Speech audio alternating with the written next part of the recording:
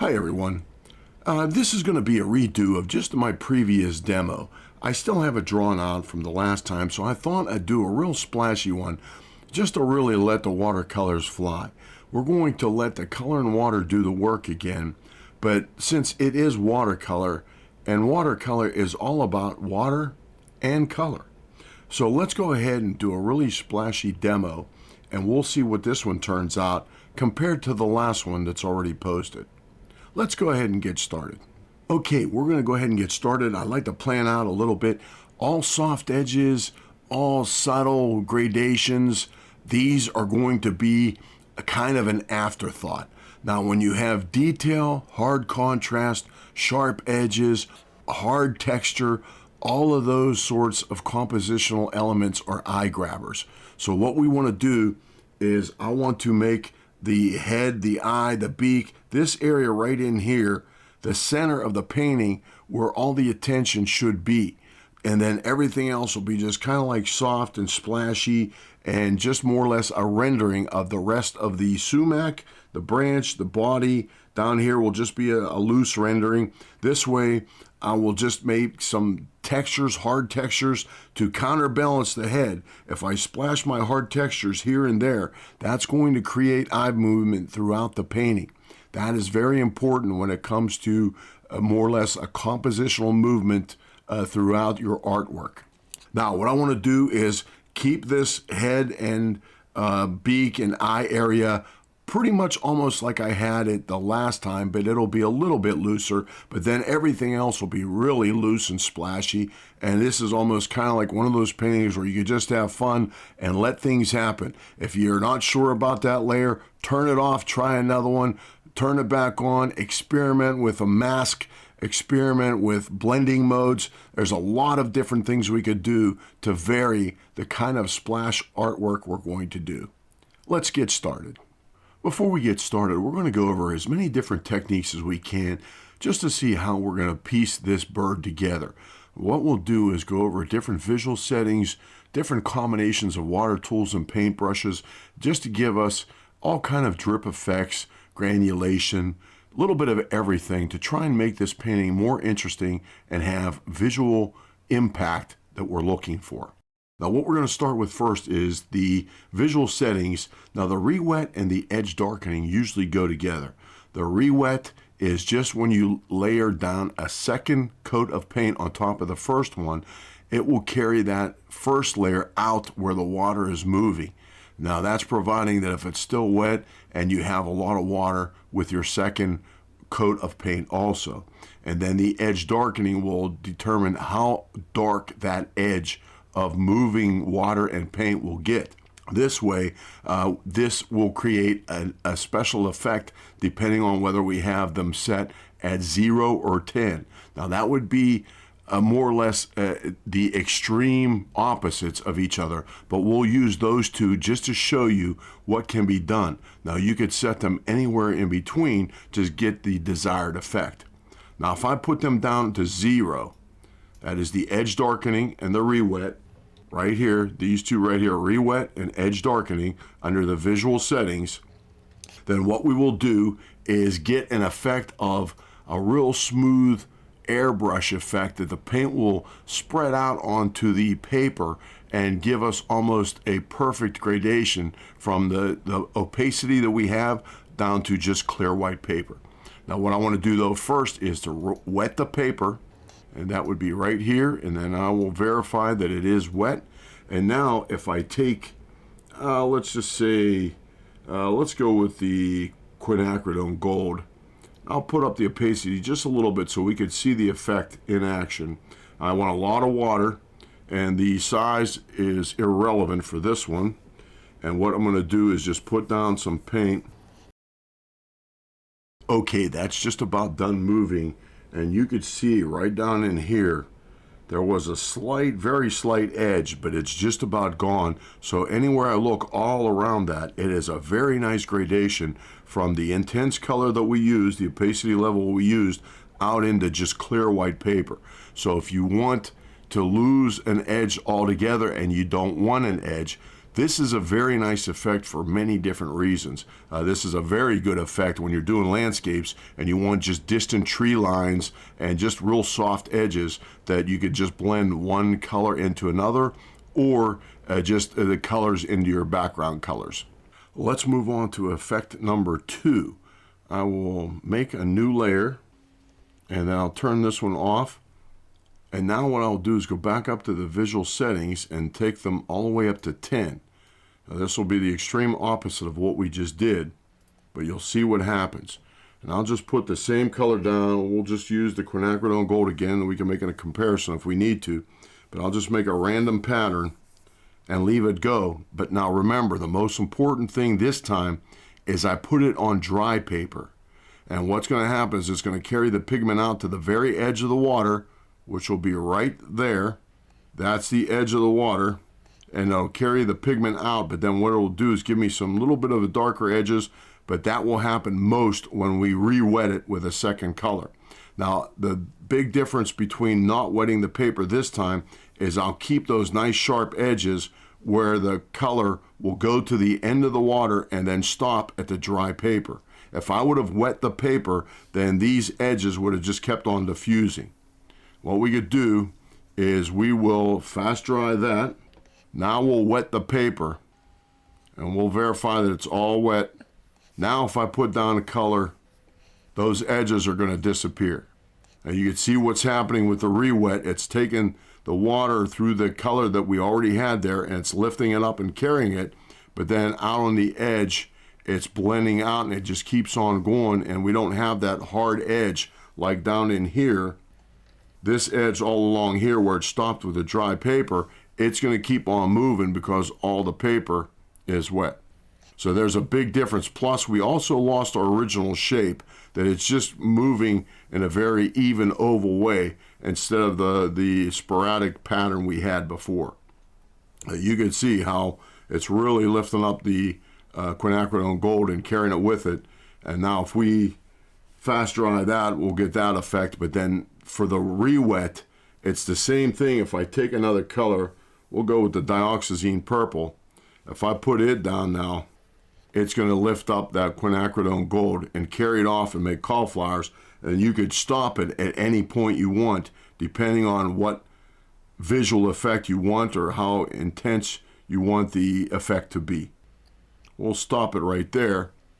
And now it's fast dried. But then again, if I take my water tool and if I go back over this with just water, it's going to do the same thing, but this time I didn't add any color. This is the same effect we used to get the sumac on the last painting of the House Finch Sumac 1. This will be House Finch Sumac 2, but this one is going to be a lot looser, and we're going to get just basic shapes that we're going to piece together to just render the bird and the plant the way we want.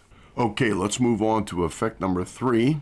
I will create a new layer, turn that one off, and then now what we'll do is go up to visual settings, and we have our create drips on, and then the drip size, that would be more or less what DPI and what size paper you're using.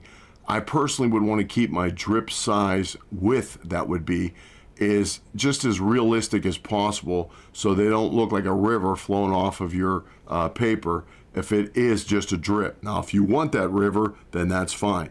But now if the drip length, for me personally, I like to keep them all within the paper. If they start running off the paper, that may lead your eye compositionally out of the painting, which may not be as good or what you want either. Now again, that's obviously up to you depending on what you're doing. All compositional rules are meant to break. Now, if the drip size and drip length, we'll keep those just at 5 each. And then I will go over here. Now this tilt, this is our tilt wheel. And when I turn it on, this is going to determine the angle of our drawing board, so to speak, that the more I take this down, the longer I go, the steeper the angle. So in other words, the faster they'll drip. And if I put it up about halfway, that would be it. But then if I turn this around, this would be the angle your drips are going. For this effect, we'll just leave them pretty much straight down, at about half, roughly. Now, what I will do is I'll go with, well, we already have cobalt blue selected. And then what I will do is just draw a little patch up here. And we'll just see the drips form. So we got a lot of paper down here to watch the drips form. And again, that's half speed. Now they're going to start breaking through the paint right in here already. There's one already.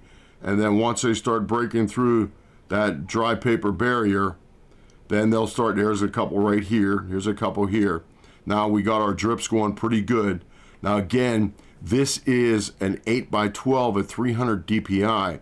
So what I would do is put this at 62% on my monitor just to view it at print size, that it would be actually 12 inches wide. I am going to stop it right there. And then this way, what we could do is see what the width of the drips look like at actual print size. And this will make a big difference for me because I like to view everything that I do at print size so I know what it's going to look like once it's been printed. Now this would be effect number 3. We'll leave that go just like that, and we'll move on to effect number 4. Now for effect 4, what we're going to do is see how when we made our drips, all of our color drained completely out, which is nice. That will work good if we want a nice soft edge on the one side opposite of the drips. But now if we want color up there and we want to maintain our shape, there's a series of steps we could do to keep that. Now what I will do is create another layer, turn this one off. This time we're going to do everything fast. Now I'm going to turn off the tilt wheel, and then I'm going to we'll stay with the same blue, and I'm going to put down some blue and then fast dry that, and then duplicate that layer, and now it's duplicated. And then what we're going to do is we're going to put our transparent lock on, turn on the tilt wheel. We can put it anywhere we want. And then this time we're going to take our water tool. I'll just use this soft, big, oversized brush, and then I'm going to coat it with water. But as soon as I do, I have to turn the transparent lock off. Now I'm coating it with water with the transparent lock on, just so I put my water perfectly back over the blue.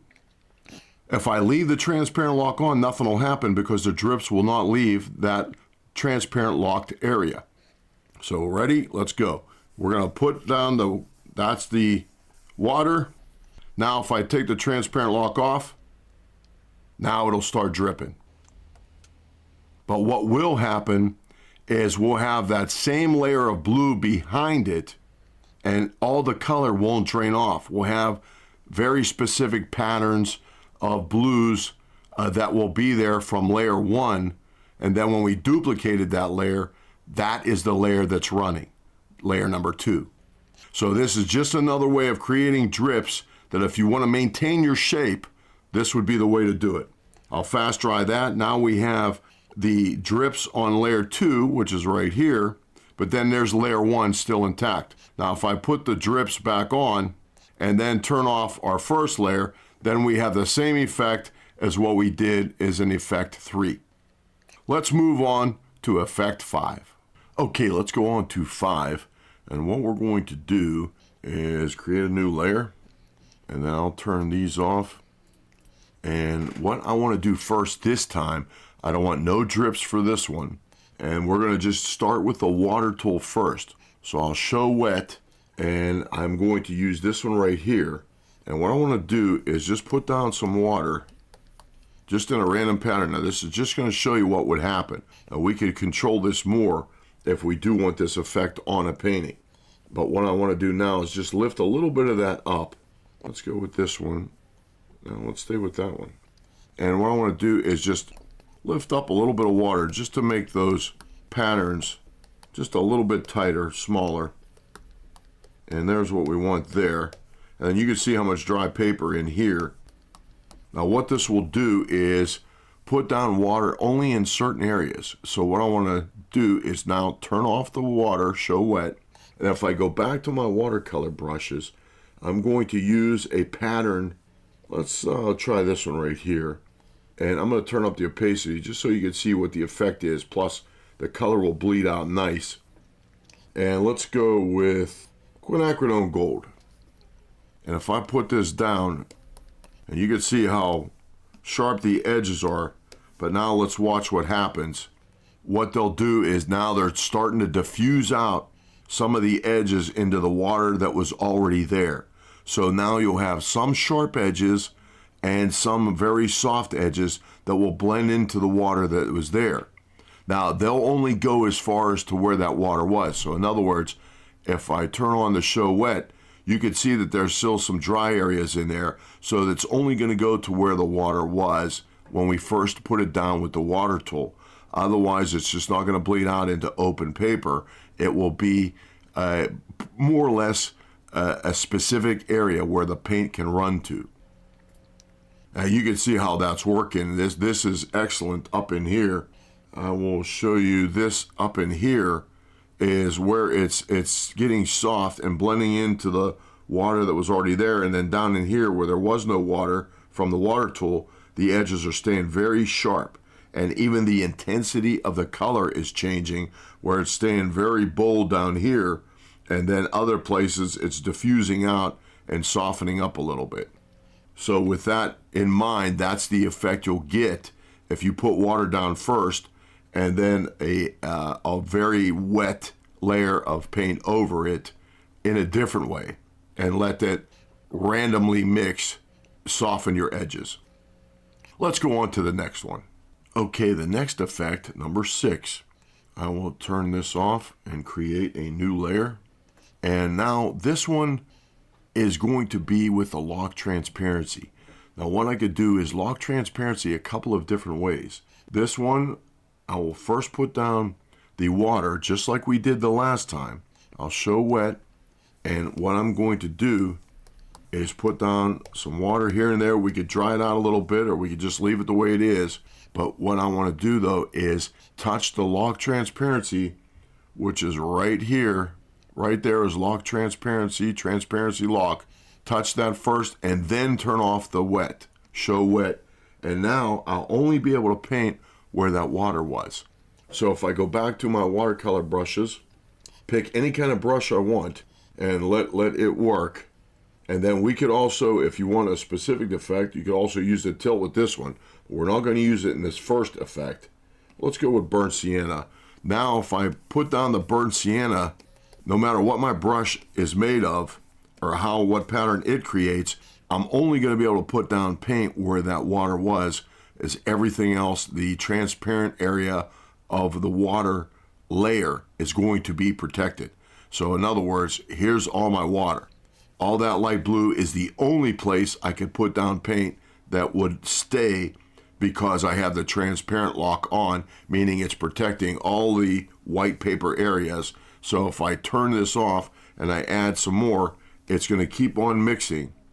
And if I even build up the opacity, I'm only going to be able to put it in certain places. But because I have a lot of water to the paint itself, it's going to bleed and blend out into that watered area and create patterns very spontaneous. So this is just a specific way of putting down a color in a specific area that the transparent lock will help you with that. Okay, now the next effect would be building off of this one. What I want to do is, instead of getting the cauliflower effect we did with the first couple of effects, what I would do is take my re-wet, turn it all the way down to 0, and my edge darkening all the way down to 0, and then get any kind of textured brush. Let's go with this one right here. And then what I could do is I'll turn down the opacity just a little bit, and let's go with a French ultramarine blue would be good.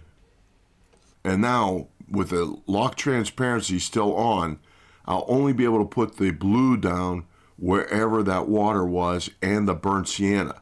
But what will happen is it's going to blend out into that burnt sienna real nice and soft, and not give me a hard edge of re-wet where the blue would be carrying the burnt sienna out and making circle patterns as it went.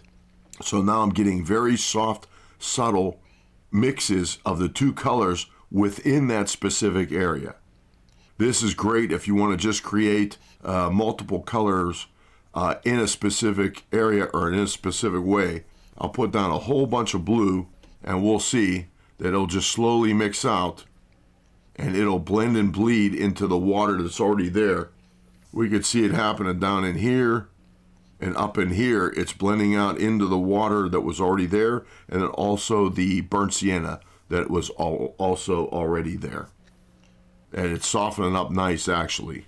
And that's a very interesting spontaneous pattern that we could get that way also. Let's go on to the next one. Okay, our next effect is actually just making a mask, a layer mask. We'll work with the one we're working on right now. I'll turn off the transparency lock and I will add, right click, add a layer mask to this particular layer. Now what this will allow us to do is we could take different colors, black of different values if you want, but other colors will work also if you only want to take a little bit down at a time. That I could go back down to, just say for example, yellow. And if I have the opacity all the way up, we don't need any water for this at all. And then if I start working, I have to make sure that the mask itself is outlined with blue. That means I am working on the mask. Now if I take yellow down, I could actually go back over this, but the yellow will only take it so dark no matter how much. It will only mask off a specific amount in a value of black, which yellow is a very light color. So in other words, it's not going to take off very much. I have another demo that explains this in detail. I'll put that up now. But then if I go to a darker color, it will remove more and more of what I'm working with right here. I'm putting down paint now, but the yellow, you can see it right here, how much I'm putting down. But then if I go to a darker color, just say for example red, and if I start putting red down, it's going to take even more of that off. And then if I finally go to black, it's going to take it all off. And you can see it's completely disappearing now. But the important effect to remember about masks is that if I go over here and take some of this out, and you can see how it's taking it out and just working with it. Now that's taking it out very hard. If I want to take it off a little bit at a time, then I would go to a lighter color or a value of black, either one. I like to use solid colors only because it will only let me take it down so much, and that's it. And then it'll stop at whatever the value that is in black and white. But the important thing to know about the mask itself is if I make a layer above it, we'll just use that. I mask this all off. If I go back to here and right click on it, and if I use layer mask, check that off, then now that's what I masked. It's all coming back. So you can see how much I removed of the original pattern. But what I want to show you is if I apply that mask again, use layer mask right here on a right click. Now the big difference is if I go to that layer above it, then I could still use the white of the paper again and go back over where I masked off the previous layer. So again, that's giving me the opportunity to block out some of the color on some layers, but then reapply paint above that masked layer to be able to rework that paper again. And this is again just another way of controlling your final effect of what you'll get. So now if I take off the mask now, it will show all this color over here underneath the yellow. There it is. But if I put the mask back on, then it's gone and now you see the yellow more. But the nice part about a layer mask is it's not a permanent change. You could disable the mask or apply the mask later if you're sure that's what you want. Okay, let's go on to the next one. Now what we're going to do next is turn these two off. We'll create a new layer and we are going to move on to granulation. This will be another effect. Now we can have the drips on, but if we don't have the tilt on, then it's not going to make any difference. Now if we turn on the granulation, I'll put it all the way up so we get the full effect just to see what we're looking for. Now the re-wet and the edge darkening may make a difference here also, because it's going to carry the color specific directions in a specific way. But what will also make a difference is the texture influence. I'm going to cut that back a little bit so we see more of the granulation versus the paper texture. Now with those settings right there, I'm going to close this up, and then we're going to see what happens. Now I'm going to start with, oddly enough, French ultramarine blue in traditional is a very good color when it's a better quality of blue that will really granulate. And sometimes it does depend on the quality of the paint and how much pigment is in the paint. I'm going to leave this go real time, and then what I'm going to do is put another color into it, and then we will watch it in real time granulate as it happens. Let me go with the permanent magenta. Okay, now let's zoom in a little bit. And there it's moving back and forth. Now once the water and color stop moving, that's why the absorbency may have a little bit to do with this, that it will start to granulate. Now you could see it flowing around in different directions. I cut the paper texture down, and we'll watch for it to happen.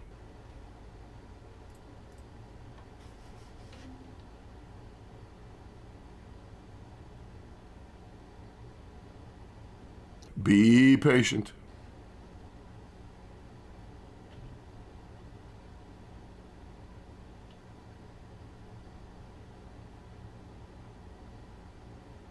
It's still moving up here. Here comes some granulation right here. There it goes. Right through here. Now it's going out through the center, and that's what we're looking for. Now I wanted to leave this real time. Again, a machine may have the difference of how fast it works or how long it takes, with no editing at all, just to show you how long it takes before the granulation actually happens. And that's very important because you have to be patient. Now that is with just the settings the way they are now. And then if we obviously take it down to just one, there will be very little granulation. And then we can also use drips with granulation, and I will show you that next. Okay, for the last one, we're going to just follow up on this one, and we will do the drips. And what I was going to do is take this up, give us a little bit more room to watch the drips, and then I'm going to turn it on about right there, halfway down again. And then I'm just going to take, let's go with just even burnt sienna, and we'll get some varied colors. Now if I put some burnt sienna out here way to the right and then through the paint, I should get multiple colored drips. And there they go. And then we'll wait until we see there's some burnt sienna drips over here, purple, a little bit of blue and purple. What I want to do is get my pointer, and we can even watch it on the drips when it starts to granulate also. Now I'll let the drips run off because now we're just looking for the granulation. And we'll see it happen when it does. Again, we have to be patient. I'm leaving this go real time. Here it is right here. Here's the granulation on this one right here. And then here it is right here. It's going to work its way down, and it's going to work its way down this drip. So even the drips are starting to granulate, and they look rather very believable. And then now these are done. Now this one is still dripping, but the granulation right here is catching up to the bottom of the drip. There it is. That's it. So now here's another one working right over here, right here. And then now that that's granulating rather well, that is actually a very believable granulation. Usually in traditional watercolor, it often happens a lot when you use flat paper, like an illustration, cold press illustration board. You can really see the granulation nice if you charge pure paint into a watery wash. It will granulate nice. Or a lot of times if you have what's called student grade paper, it will fill up the dimples of the paper itself, which sometimes you get a spotted effect instead of a nice clean wash. So sometimes it's really hard to get what you want without it granulating. Here you have the opportunity to granulate or not to granulate. Okay, just to show you one last item here, and that is what happened to our wash while we were watching the drips close up. Very interesting. Now what I'll do is I'll turn the group off and I'll close it down, and we are going to get ready to paint. Now here's the freehand version. I just stayed with the same freehand version of the first one, but we're going to wash this one out completely different. And this is the drawing, so I will start with a new layer above it, and we will just make it, we'll leave it layer 9, and we're going to go from there, and we are ready to paint. Okay, let's see what we got here. What I want to do is put some blues, probably cobalt blue and cobalt violet, along the left-hand side of the sumac, just to define a bright edge of the sumac itself. We'll make the light coming a little bit more from the left compared to the photograph, and then this way I'll leave the left-hand side of the sumac a real bright white. We could do that also with the bird's head and then make it detailed. Let's go ahead and start. And what I want to do though is I want to make sure, now I don't want no drips, and I'm not going to use granulation yet either. We'll leave everything else the way it is. I want a direction, but I don't want drips. So I'm going to take this back over here, and we're going to make it to the right. This way all the paint will go to my right and create a real hard edge right along the sumac itself. That's a little bit too big, just a little bit, cut it back just a little bit. We'll leave the color there because we're going to keep things light. And then I'm going to go with the cobalt blue, and we're going to just make it like this, and we'll let it go. And then there's what we're looking for. Just a nice hard edge. And as that paint goes to the edge of where it's wet, I'm going to go back in and put a little bit of cobalt violet in, and then my violet will not go further than where the blue is. And then I'm going to do this to the bird itself too. And then I can even have a new edge of just violet. I'll stop it right there. That looks kind of interesting there. And that will define the highlighted edge of my sumac. So, and then we're going to do that down in here also. But then I'm going to take so many subtle layers of colors back and forth. That's what will make it complex. Now, if I want to leave this the way it is, I could dry it, and it will pretty much leave it the way it is. But if you're just experimenting and you want to leave something there, make new layers. That's the best thing you could do. Let's go ahead and put some down here. Okay, now we could start some subtle shapes the opposite direction. And what I will do is take this back over this way just a little wee bit, just to get some movement. We don't need a real lot this time. And then I'm going to make another layer. And then we'll stay with the blues for now. But what I'm going to do is cut the opacity way back. And I want all the water. I'm going to make it a little bit bigger this time. And then I'm going to just put down some cobalt violet and blue again. We'll make it real soft, and I'll even take that into the sumac itself, and we'll let that work. Maybe take it a little bit faster. There we go. It's starting to move now. Now I'm going to take some blue into that. And like I said, I will mask off the head, but this is going to be real light. I can even define the top a little bit too, just like that. And then we'll just get some very subtle patterns, and that's what I'm looking for, like this right in here. And that's it. I'll quick dry that just to give some very subtle patterns on this side of the sumac. Okay, now we'll go to different colors, and then also we'll dry these layers, and we'll just keep on going. Okay, what we're going to do next is just to give you another option. Now, looking at what I have done so far, I really like this left-hand side, but I would like to see it darker. And all I'm going to do is go back down to it and duplicate the layer, and then I'll leave it like that. And then what I'll do is group these two layers together, and then that is the left side, left sky. And then I'll leave that like that. And then this way, if I want it a little bit lighter, I could just take one of the layers down in opacity and then merge them later if I'm happy with the way it's at.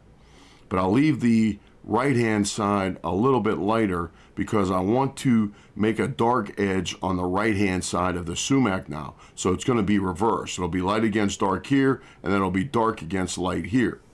Okay, let's go ahead and put in some more sky and colors over here. I want to fill in these little gaps right in here. That would be right in here on the photo. Just some blues here and there. And what I want to do is just keep on making splashy layers that overlap. All the overlapped areas are what's going to add complexity to this type of a painting. Instead of just making a real nice clear blue wash, that would be not this style of a painting. So what we're going to do is go back in and we're going to use our water tool and pull out some water areas of where we just want some more sky, and it can even overlap the bird. Splashy, that's what splashy is all about. So we're going to go ahead and do that right now. Okay, let's go ahead and put some color on the right hand side here. What I might do is just put the blues and purples back into the sky just a little bit, but then start taking some reds and oranges down into the bird and just let them stay there for a very subtle pattern to build off of. And then that way, this is just going to be, again, splashy and not even necessarily any kind of feather patterns, just shapes. I'm going to go up here and make a new layer. We'll just leave it a layer 11, but what I'm going to do this time, I'm going to turn that off. We're going to go to the water tool, and we're going to use this brush right here, and I'm going to put down some water first. Let me make it a little bit smaller. We're going to take the water all the way up, and then we're going to take it down just a little. Nah, it's not bad right there. Okay, we're going to take it right there, and then again, I don't have to use all of the water, and I want just a random pattern.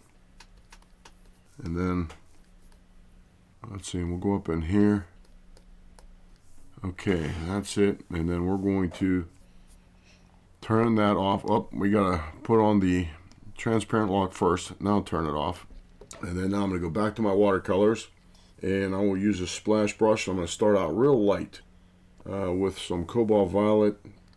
Make it a little bit bigger. Lots of water. Don't want no direction yet. And I'll pick up that water wherever it was, right there. And I just want splashes here and there, and then I'm going to leave the water work a little bit. Okay. And then let's see, we're going to put some orange in down here. Cobalt violet. And we'll make the shapes. We'll let them go. We'll see what we end up with, because we can stop at any time, but if we don't like it yet, we'll just be patient and wait. Because remember, this is all in a transparent locked area. Pick up that edge right there, and then I can even take it back out. I'm going to put a little bit of quinacridone gold in here for the bird. That's getting interesting. This is interesting up here, but we'll leave it go for a little while and see what we get. You never know to a certain extent. But if you like what you see, you better fast dry it and save it.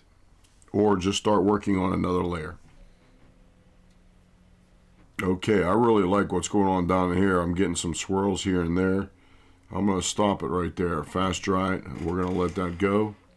And we're going to save that because I got some oranges and golds mixing in with the violets and blues where the bird starts. And then I can even leave some of that orange and violet in the branch itself, and then we're going to make little splashes up here in the sumac.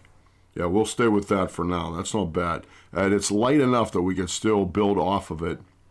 And then always remember, if it's not dark enough, that we could just duplicate the layer. Let's go ahead and keep building on to this, what we got. Okay, let's go ahead and make some shadows and some texture in the sumac itself. I'm going to start with even just some quinacridone gold. I'm going to keep it light, and this is our previous layer, so I'm going to make a new layer above that, and then we'll just leave it 12, and I'm going to start just real light. I'm going to cut it back a little bit, and the reason why is I just want to keep on building up a bunch of different layers that have texture. This way it'll look more complicated than it really is, instead of trying to do everything in one layer. Because this is digital, and for this particular demo, we'll take advantage of that. Okay, there's our quinacridone gold, and I'm going to stay with the bloom wet. I want a lot of water, and I'm just going to start making some shapes here and let them work. I don't want no direction yet, and I'll even leave it overlap and I can even take it right down into the bird, but I'll even overlap the sky. That's okay. And then we'll leave that like that. And then we're going to put some shadowed areas, but we may make that, now that that's wet, I am going to go ahead and put the transparent lock on. And I'm going to take some burnt siennas, maybe even a little touch of red into that. And the Potter's pink looks like it'll be a good color to go into that too. We'll just put some here. We'll take up the opacity a little bit. We'll let that work a little bit, and we'll see what we end up with. And we'll leave it work just to see if we could get something different here. And I'm going to put a little bit of burnt sienna into that. And I can even change up the brushes too to get a stronger texture. And then we can even add movement to it if it's not doing enough. Okay, these would just be what I would consider our medium values. So we can't let this play tricks on us, for lack of better words, because what you see now will be the medium values, and we can even leave the left-hand side almost pure white, just add a little wee bit of texture to it, and then that's it. That would be done. But then we're going to add some darker sepias and maybe some Prussian blue and get some darker shapes in there too. But we're going to leave this work a little bit. Let's put a little bit of a direction to it. It might be pretty well done, so we'll just leave it there unless I add some more to it, and we'll see what we come up with. I'm going to go change brushes. I'm going to go with the Sharp Splash, and I still have the transparent lock on.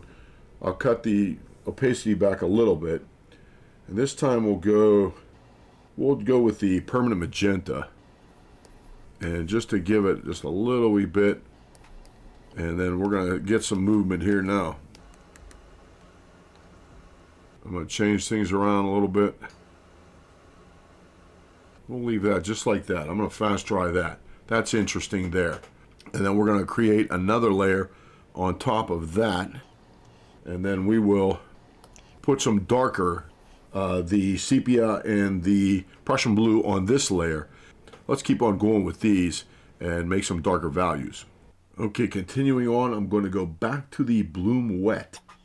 And that's right here. And then we're going to keep the opacity right where it's at. This time I'm going to go into the raw umber, and this one's going to be a darker one. And we'll start on our layer 13, but then I'm going to make this a little wee bit smaller. And we're going to put some dark right in here. And then maybe, let's see, where else can we put some? Right through here. And then I'll leave those go out. And then again, we'll put on the, put a streak right through here.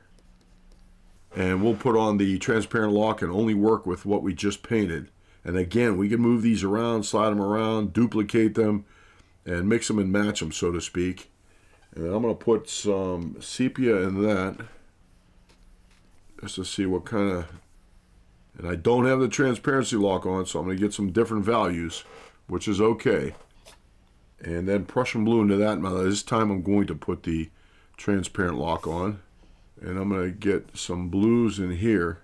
And I may even use any kind of spatter tool also, but that's giving us some pretty good texture now. And then let's stop it right there, actually. Okay, now we got a couple here. Now what we're going to do is I'm actually going to duplicate the dark ones over, I think. Then we can even duplicate the medium values too. Now if we don't think the medium values are dark enough, we could duplicate them over exactly just to make them darker, or we could also slide it around and let the overlapped areas be dark and the single layers will be lighter. Okay, now just to see if we can make some adjustments and changes, first I'm going to take the gold layer and I'm going to duplicate it. All you have to do is right click and then duplicate layer, Control Shift D, or up here to with layer, and then just duplicate layer right here. And then I just did, so now I'm going to take that copy and use my transform move tool and move it around just a little bit to see if that'll make a difference, and it is. And now when I stack the layers, they're going to create even more unique effects. I'm gonna leave that one right there. That don't look too bad at all. And this is just taking advantage of digital. Now I could do the same thing with the dark layer. That's this one right here. And what I could do is lighten it up if it's too light, maybe destroy some of those edges with a layer mask. Or also I am going to duplicate it, and then, but this one I'm going to take my move tool and spin it the whole way around and see what we could get if we manipulate it that way, just like this. And then some areas will be darker. Now keep in mind, we could use the mesh tool and destroy this outer edge a little bit maybe, or even just let's tip it and see what that does. Yeah, that's better right there. And then we could leave that there. I'm going to leave that there, and then I might even duplicate that one more time. I'm going to go back to the move tool, and then right here, see what I'm doing here, just to kind of fill in the shadowed areas, but it's getting a lot more complex as I keep overlapping the layers themselves. But then keep in mind, you can even experiment with over here the blending modes for each layers if you want to get some really interesting effects. But then again, I could go back in and use the transparent lock on any one of these layers to add colors. If they're too flat, too gray, and I want to really snap them up with maybe some bright reds or anything in between, then I could do that because they're still fairly transparent. But then also, once we get them to the point where we want them, then we'll just sandwich them all together, merge them all together. Let's stay with this right here. This doesn't look too bad, and we'll keep moving on.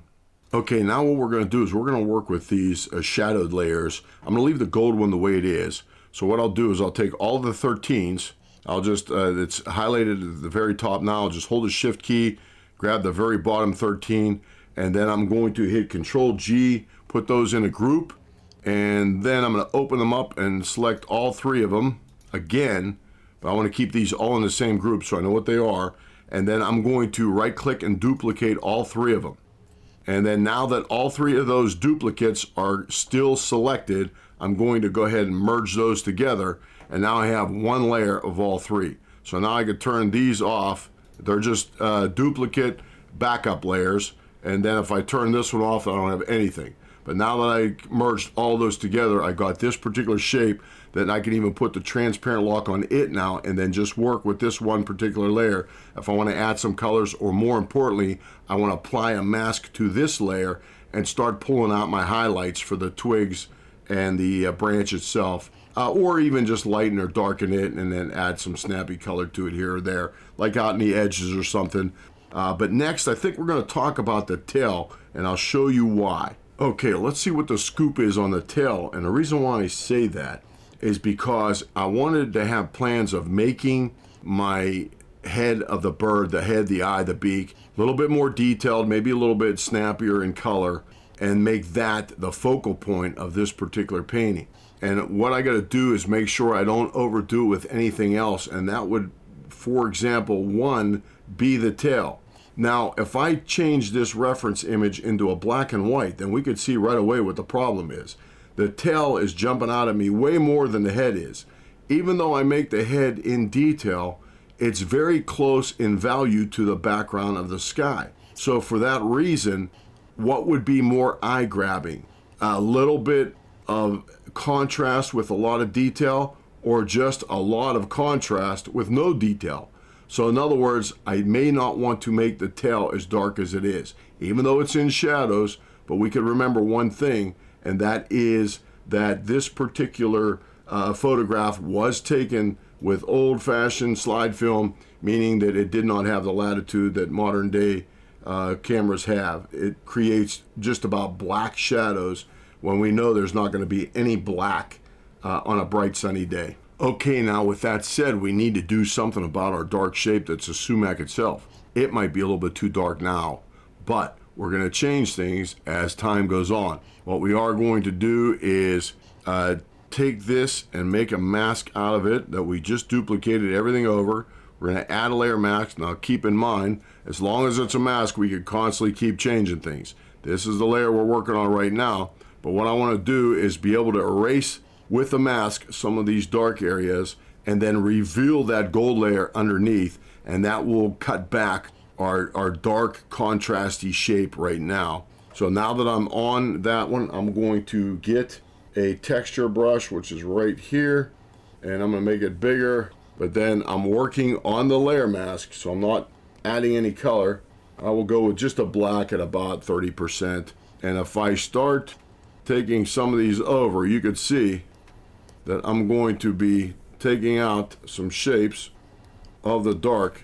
And then I can even go back to, even I think it was my Aspen brush right here, and I'll even take out a little bit more, and just to see what this will do. And that's taking out some hard textures there too. But again, this is just a mask, so if I don't like it, if I want to go back in and make some areas darker, I can. Now you can see what that did. It gave us a good bit of texture. And then again, remember that even though there's a mask on this layer, if I put a layer above this particular layer, then I could add even more colors on top of that, even though the layer below is masked off. I'm going to get rid of this hard edge up here, and I am going to take the opacity up just a little bit and get rid of that right there, just like that. And that looks a lot better there. We'll keep some of the sharp edges here and there. But then now you can see how much of a difference the layer mask made. And this becomes a little bit more believable once we make the bird dark enough. And then put some snappy reds in this yet too, so that's going to change. Let's keep on moving on with this. And I think I'm going to take out this gold here too, and then just go back to the sky colors there. We're going to have some real dark lines going across the blue sky of where the twigs are, where there's no sumac fruit at. And then I'm just going to move it outside the group, right there. And then we'll just leave it as layer 14. Then I'm going to go to the water tool. We're going to put down water first for this one. Pretty much the brush I always use. I will show wet. That's a good size right there. And then I'm going to just give it a heavy layer of water because I'm going to use a textured brush on top of that. So in other words, I will not be using all the water I put down. Lock transparency, turn it off. Now I'm going to go back to my watercolor brushes, and I'm going to go down to this one right here, Aspen 2. And then I'm going to start with strong red, 100%, big size. And then since the transparency locks on, I'm only going to be able to put this down wherever the water was. And you can see it's still limited even though how much water I put down. And then I'm going to go with even a little bit of permanent magenta just to shade it up a little bit on the right hand side. But what I'm going to do next is what will help this. I'll let that blend just a little bit. And what I'm going to do, I'm going to stop it there. And then I'm going to make that layer an overlay layer. And what that'll do is it'll make it darker on the right hand side, but just about eliminate it on the highlighted side. We could use the highlighted side separately with its own layer to just control the red more. But let's see what this does first. Right down to here, overlay, that's not bad. That's putting some red in, but it's more controlled. If I want it darker, I can even duplicate that layer and then see what that does.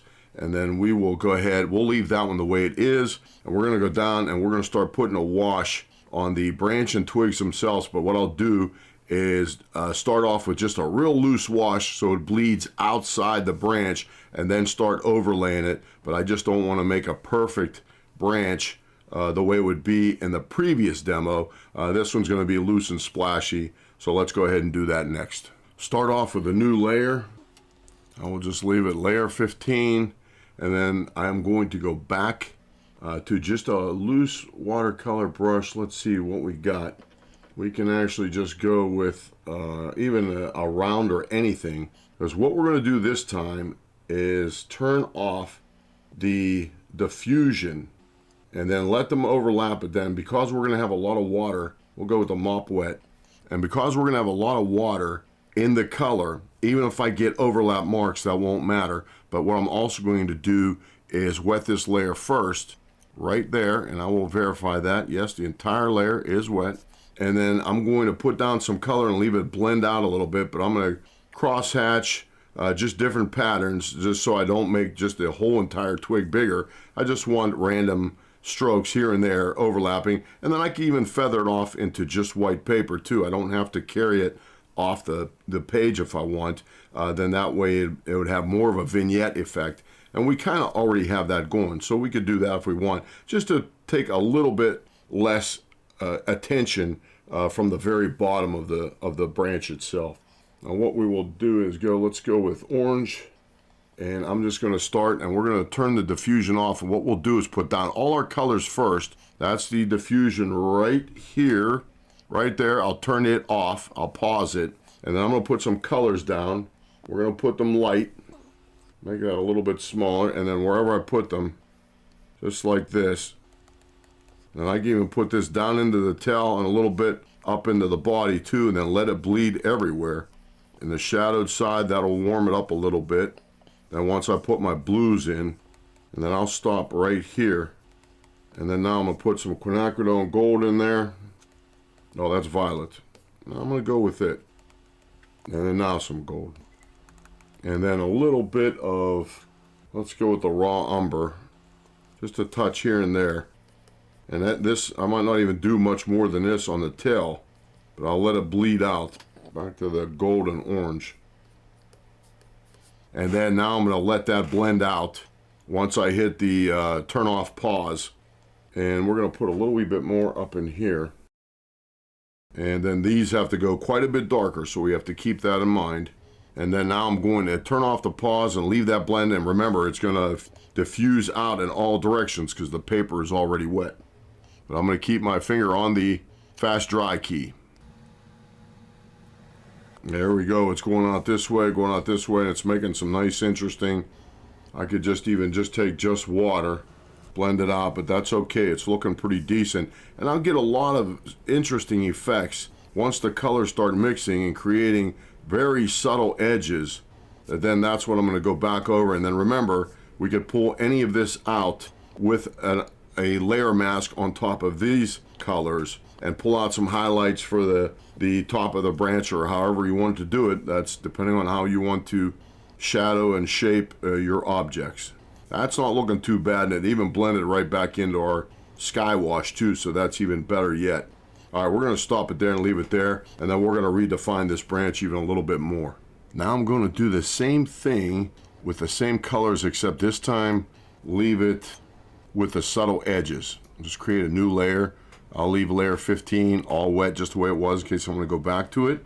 And then now I'm going to use the same colors. I will turn the diffusion off still, pause it, and now I'm going to put some of the same colors down, and they will blend in. We're going to even mix up the size a little bit, and just to get some oranges in there, and we're going to put some up in here, and I'm even going to put some over the head. I'm going to tone it down just a little bit, and I'll leave that orange up in the sky. I'll just leave it there. Then we're going to go back to the quinacridone gold, put a little bit there, put a little bit here, and then wherever those edges are, that's where they're going to stay. Now I'm going to hit the diffusion just for a little bit, and we're going to get ready to fast dry it. That's it. I fast dried it. We're going to leave those subtle edges there. And now we're going to take some darker colors back over those, but we could be a little bit more precise now and roughly use the same colors, but then we'll add raw umber and sepia to these, and even make some probably the dioxazine purple and the Prussian blue up in these darker twigs, like up in here. We'll do that next. Starting with a new layer, I will just leave it 17, and then what I'm going to do is go back to a slight textured brush, and then I'm going to take the size way down, and that's good right there. And then I'm going to take the opacity way down. I'm just going to start with a real light wash here and there, and then I'm going to charge pure colors into this and leave them bleed out. And I want to even make it just a little bit smaller. I'm going to do the little branches first, and then we're just going to skip here and there, just like this. But I'm already putting down some color and water, and this will be the raw umber. I'll make it a little bit darker. I can barely see it. We'll leave that bleed out because that's the way this brush is. I'll make it a little bit bigger. I'm going to take it down to just there. I'm going to stop it, and I'll get some texture up in here. And again, remember, we could go back into that orange and pull some of that out with a mask. And I'm going to take this off into the bird even. And let that little bit diffuse together. And again, we might not make the tail that dark. That's the way I'll leave it there. And we're going to do this one here. And if I lightly press, I might be able to get it thin enough. Yep. And now that that is, that's not bad. Now that that is just roughed in, we'll take that value off the paper. Now I could go back in and put some really strong colors, too big, of pure Prussian blue and dioxazine purple, especially the dioxazine purple. Even some of the Potter's pink right here would probably look pretty good. But what I want to do though also is let that bleed out. Oh, I need water. There we go, that's better. And then let that bleed out. But what I don't want is just any kind of real round, brushy edges. I'll take it up in and just stagger the edge so that is going to match the texture that I was trying to create in the sumac. If I put a perfect round edge, it's going to destroy the effect of the raggedness I was trying to create with the fruit itself. We'll just put a little wee bit of this here and there and let it diffuse out. Let's see where the wet is. Yeah, we're on the right track. And again, ragged edge. We'll let that bleed for a little bit, and then we're going to go to our dioxazine purple. We're going to cut that back a little bit. And it's only going to go out as far as I have the water, so it will stop. Even though I'm just touching it down here and there, I know that it won't travel the whole way. And we'll stop our purples right in here, just to have a little bit of accuracy the way it was. And if this little bit bleeds into that, that's okay. But I want just a hard edge right there, very subtle. And we're going to go to sepia now. Or no, let's go to the Prussian blue first. And anywhere there is going to be a shadowed area, that's where I'd want my deeper colors. Again, I'm just touching it here and there, leaving it bleed out. Kind of back a little bit just to get a little wee bit in here. I can overlap it a couple times. Go back to the permanent magenta, and then we're going to take some out in here, but we'll do that with the mask first and then do that back over it. Let's turn it up a little bit, and then now I'm going to go right down in here. I'm going to go to the sepia and let this all blend together in streaks. And if it becomes a ragged edge, that's okay. I'm going to fast dry that right there and then add a couple more. Dark down here, stop that, go back up in here with some purple, stop that, Potter's pink, stop that, stop that. There we go. And some of those edges are ragged. That's okay because that's a pretty ragged plant. And let's see, we'll put a little wee bit of detail in here. Stop that. Okay. Let's see what else we could do. Now, we could even put a couple of bright red berries here later then, but we'll leave this the way it is now, other than we're going to put a little bit of Prussian blue down in here, just to make it even darker. Stop that. Throw that right away, and then just to give it there. And then just to take some of these darker colors down in, I'll go to a softer brush and take the opacity down a little bit. And then I'm going to start with sepia. That's it. And then we'll go straight to the Prussian blue. And then I'll define the feathers just a little wee bit more. But I'm not going to make them too much darker. But that I'll do in a separate layer just to keep intact what I got. And that's it. And we'll take some very light colors. Do a little bit on the top. Too small right here. We will go back to the sepia. And then a little bit of, let's go with the French ultramarine. I want that to bleed together. There we go. And then just stop there. A little wee bit right under there. I'm trying this pretty quick. And then we'll put the feet in here too. And then what I might do is we could just define this edge real quick. And a painting like this is really nice even with just to finish with black line work that would be kind of pen and ink on top of a watercolor. But we're going to keep on going. Okay, while we have that layer up, let's go make a mask. and we're going to pull out some highlights of just where this is right here. We could even just pull this out right here, right in there, just to add a little bit. And again, remember, this is just a mask, so we could change things around any way we want. We'll just stay with black. And I'm going to make the size down a little bit, and I'm going to actually go to a bloom white, so it's an irregular shape. Make it a little bit bigger, and then we'll take up the opacity, and then we'll just slowly take it off. That's too big. And let's see, we'll put it right in here, just like that. Take it down in here, and then we'll straighten out some of those edges, make them sharp. There we go. And I don't want to get too crazy about this, but I'll just give a hint of it. This will add to the complexity. And then remember, again, if I want this hard black line right in here, if I want it, then I could put it back over, but then what I'll do is put it in any layer above that mask, and then I'll be able to take a real hard line over that, just to define that even further. What I can also do is go back to a texture brush and take out a little bit of this right here, just to break up some of these edges, and that'll again add more complexity. This is almost like a dry brush effect now, which is working out really nice because putting a lot of texture to it, and that has a lot of texture of the bark. And then now I could go back over it with some oranges and some quinacridone gold, and then we're going to put some up in here. And this will touch this layer up just a little bit, just to add some complexity of what I could not do while the color was wet. There we go. That changed things a little bit. Let's see what that looks like. Yeah, that's better. Okay, we'll leave it there, and then we'll keep on going.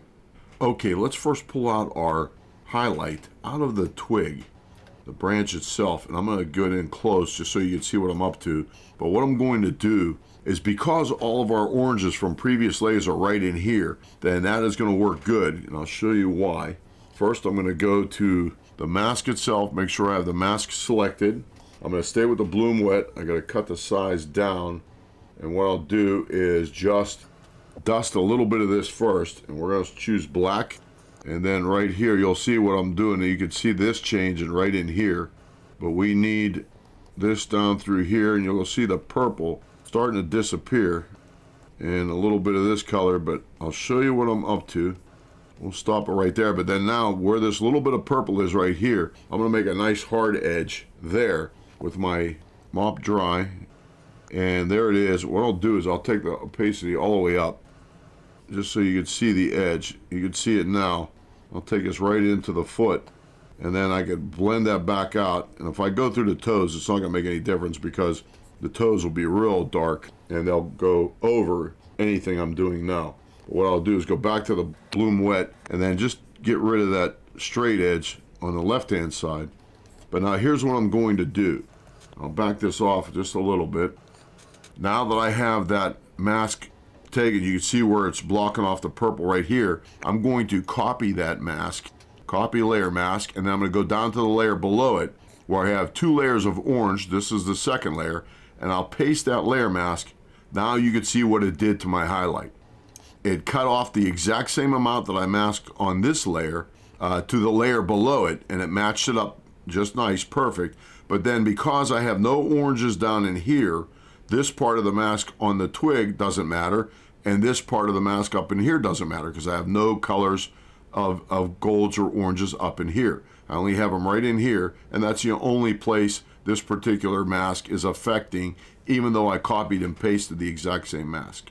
Now what I'll do is go ahead and give this a wash of water so I can protect this edge no matter how I'm mixing my colors within the bird. And then if I make some sharper edges, that's no problem at all because I could take some washes back over those edges and just diffuse the contrast and the edge itself. But I kind of want to build a specific pattern of some kind within the bird. Let's go ahead and do that now. Okay, let's start building some more color onto the bird. We're going to go up here, create a new layer, and we'll just leave it 18. And then I'm going to zoom in a little bit just so we can see what we're doing. And we're going to just start making some puddles of colors here and there. What we can do is turn the diffusion off. That way we can put all our different colors down and we won't be fighting the clock, so to speak, and then we could just let them blend all together and then just get some interesting edges. And first we're going to start with our clean brush. In other words, just clean edged brush. We'll actually go with just the, let's just go with the soft mop. I'm going to take it down in size, take it down in color. We're going to put water all the way up. And we have the diffusion off. And I'm going to start with raw umber. We're going to do this just like this, but then what we're going to do is we're going to put other colors in here, but then we're going to also change up the edges a little bit with a rough brush. And it won't matter if we overlap them because there's a lot of water in it. And those will all blend together. Now I'm going to go to a different brush. Let's just use the Kleenex. Take it back all the way down. I gotta leave this one a little bit bigger because it's a very soft edge. But then I'm gonna put this over these edges in some places just to get rid of the round. And then take some Prussian blue. It's going a bit darker. Let's see what that does. We'll have our finger on the F key ready to go. Now let's stop it there. Okay, now we're just starting to build up. Remember, our legs got to go really dark, and then we're going to make this dark down in here. And we're going to keep on taking layers up like that and just keep on leaving them overlap. We'll do that up here, but then we'll also make this wing right here, just the edge of the wing, real dark, and we'll pronounce it even with a deeper black line. And then we're going to do the head the darkest, and we'll keep it the most textured, and then we're just going to give hints of shadows down here. We don't have to go as dark as the photograph, that's for sure. Let's keep on going with that. Okay, we'll go to 19. That's that right there. And then we're going to make the tail a little bit darker. Just to start, we'll give it a complete layer of paint. We'll go with the raw umber. I'm just going to paint it in, mop, and I'm going to cut the opacity way down. I'm going to make it a little bit bigger. And I'm going to turn off the diffusion. And this way I could go out of the lines if I want to and leave it blend. And then I'm going to put some blue in it. Let's go with the sepia first. That's purple. This one's going to be a quick one, just to give some hints. I'll go back to the blue. And it's not going to be anything like we're putting down now once it starts running. So you have to just kind of imagine what it's going to look like. And a little bit more brown down here. Okay, let's try it. I'll stop it there. That doesn't look too bad. Let me get rid of this edge right here. Leave all the other ones there. And then we're going to leave that ragged edge there. We could destroy it a little bit, just here and there. And we can make it more pronounced back underneath. I'll fast dry that. Let's see what we got. Yeah, let's stay with that. Okay, and then we're just going to keep on taking everything darker. Okay, let's start adding some more color to the body. Just go up here and make another layer, 20. And then we're going to start with our, let's go back to the soft mop. Okay, we're ready to go. I'm going to start with magenta this time. This will start to introduce the reds. I'm going to take it down a little bit though. And I'm going to turn off the diffusion. Even if I get some in the legs, that's okay, but I'm going to leave my branch just the way it is. We're going to put some up in here. This will all diffuse out again. And then we're going to put some bright reds over this. It's going to happen quick. Let's go to our bloom wet. Get a little bit of texture in there. And we'll see how this blends together. And keep in mind, just again, save variations of what you get, because if you don't like the first attempt, you could always go back and try again where you left off from the previous saved version. Okay, now I'm going to take a little bit of Prussian blue down in here and make it darker. And we'll see what this blends out like. And some sepia. Okay, are we ready? Turn off the diffusion, turn off the pause, get ready to stop it. We got a lot of hard edges in here, so we could destroy them a little bit. All we have to do is take some light washes of quinacridone gold. We can even just take water over it too. I think that's what I'm going to do. Take this down. Let those fuzz out a little bit, and they'll go out in little veins. That's what we'll want to, actually. Just like that. Perfect. And we'll pick and choose. There's the water. Even blend out a little bit more. And we'll even take a little bit more darker colors here and there. We're going to make the head pretty dark. Give a direction to it. Okay. We'll stop it right there and keep on going. New layer. Add some more colors. We are going to go back to our water brush. And let's see. Go with our splash. Mix it up a little bit. Try this one. And let's see. Now we'll go with more browns. Turn off the diffusion again. And we'll put some. This is going to be a hard mixture. Okay. That happened quick. We're going to go with that for now. See what we get. And we'll put a couple more coats over it. And keep in mind, I'm going to take a mask back over some of those and just pull some of those darker areas out. Just to put some subtle breaks in the solid dark shapes. And that will make a difference, just like down in here. But we had it happen natural down there. In fact, let's go ahead and do that now. I'll add a layer mask. And then we're going to go back in and add some texture. Let's go back to our Bloom Wet. And then I will go back to, I got to make sure that I have the mask selected. And I'm going to just dust a little bit on here to see what it does. Just like that. We can take up the opacity, take down the size. Well, we need a stronger brush. Okay. You can see where I'm taking out the blues, especially this down in here. Just a little hint. I could turn it down some. And then I'm going to take that off completely. I will go to a straight edge.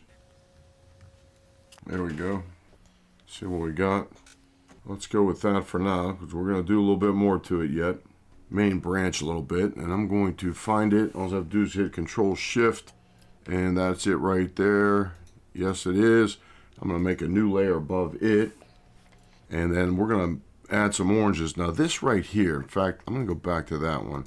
I know this little black gob here, this dark gray, I don't like it. I'm going to just take it out completely.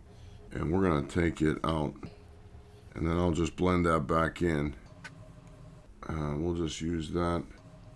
And then, let's see, we're going to go to a different brush though. We'll use that one as the blend. I'm just going to soften that edge up a little bit where the eraser hit it. I could have taken it out with the mask and possibly have left it there, but I'm sure I don't want it, so I just made that corporate decision and took it out. Now we're going to go back up to 22, and then we're going to start adding some oranges to this. And I'm going to leave it a little bit on a rough side. And we're going to put some orange right in here. Let that work a little bit, and then I'm going to stop that.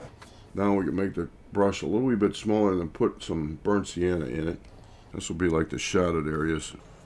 But then it'll still have texture with this particular brush. Especially if I fast dry it quick. That's what I want, a little bit of texture. That's it. And then, let's see.